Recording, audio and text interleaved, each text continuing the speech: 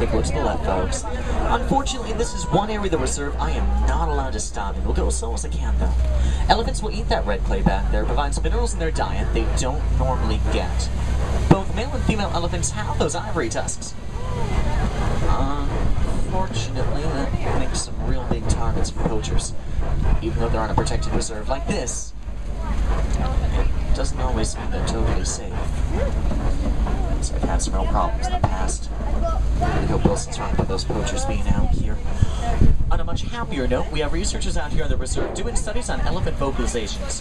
See how these amazing animals can communicate over very long distances. Some very neat work being done.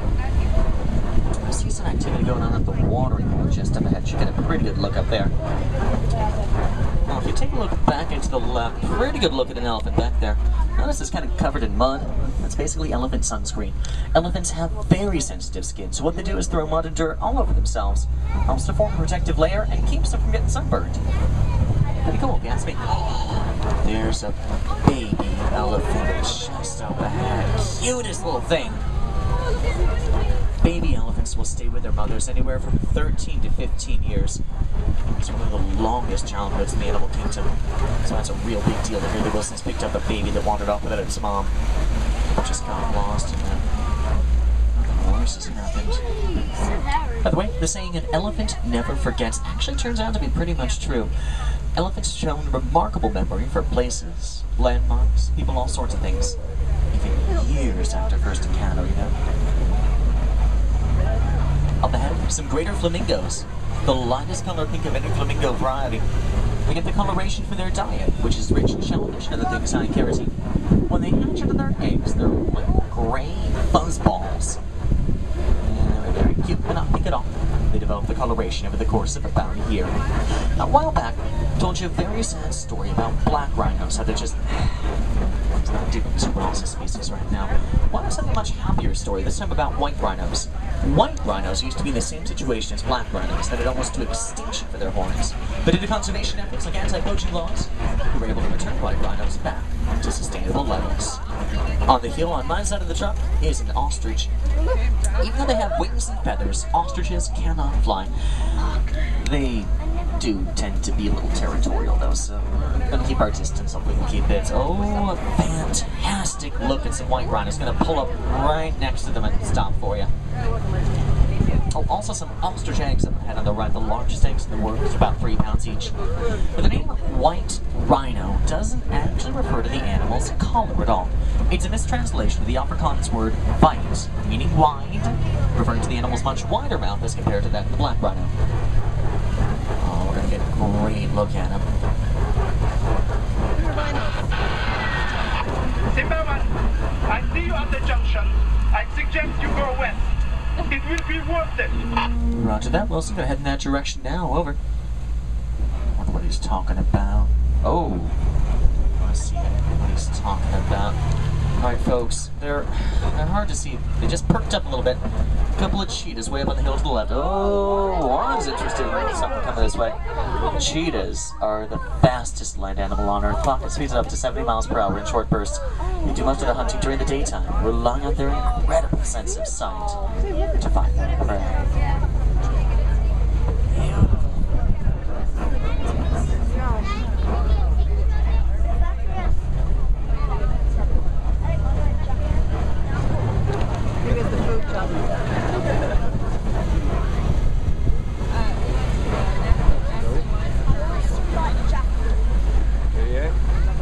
Up ahead is Kopi. Kopis are large rock formations used by predators as lookout posts, just to see if there's anything interesting and, more importantly, anything tasty wandering by. Don't really see anything up there just at the moment. Keep your eyes open, you might see something cool. Sometimes there's a lion in the area. It'll hop up on one of these kopis and use it to scope out its territory. Speaking of lions, contrary to popular belief, it's the female lions of the pride that do most of the hunting. Male lions, on the other hand, they'll lie around for between 18 and 20 hours a day and take a nice, long nap like the one up there is doing right now. Take a look, there's a male lion up there. Pause right here for you. So I can't go about the male lion's roar that I found out once I got here to Africa. Not really involved in hunting at all. As I said, males don't do too much of that. Instead, it's a way for him to let any other animals, especially any other lions in the area, know that he's here. As far as he's concerned, all this belongs to him.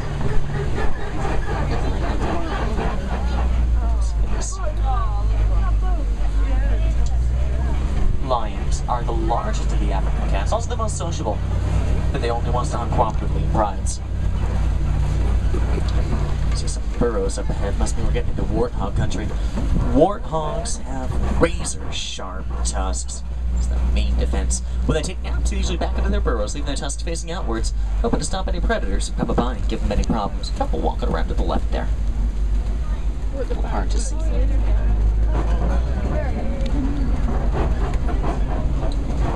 Directly ahead, little brown antelope, Bontabok.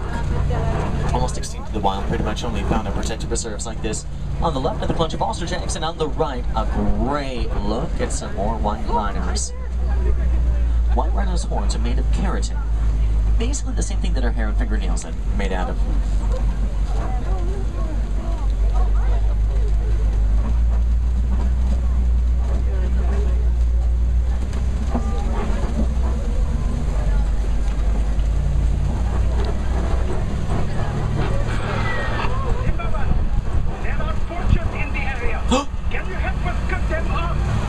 Roger that, Wilson. Try to chase them towards you. Over.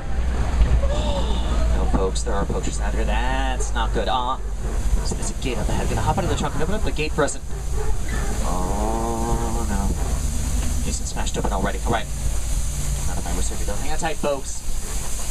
Go catch some poachers. So this needs higher tracks out here. Oh, here we go.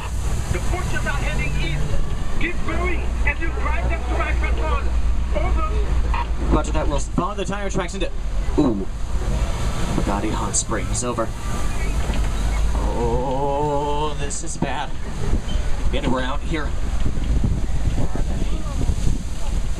Oh, I see something up ahead. Simple one to Wilson. I see a camp up ahead. Definitely a poacher's camp. Lots of ivory, but... I don't see one. They all got away for the looks of it. They've been real busy lately. Over.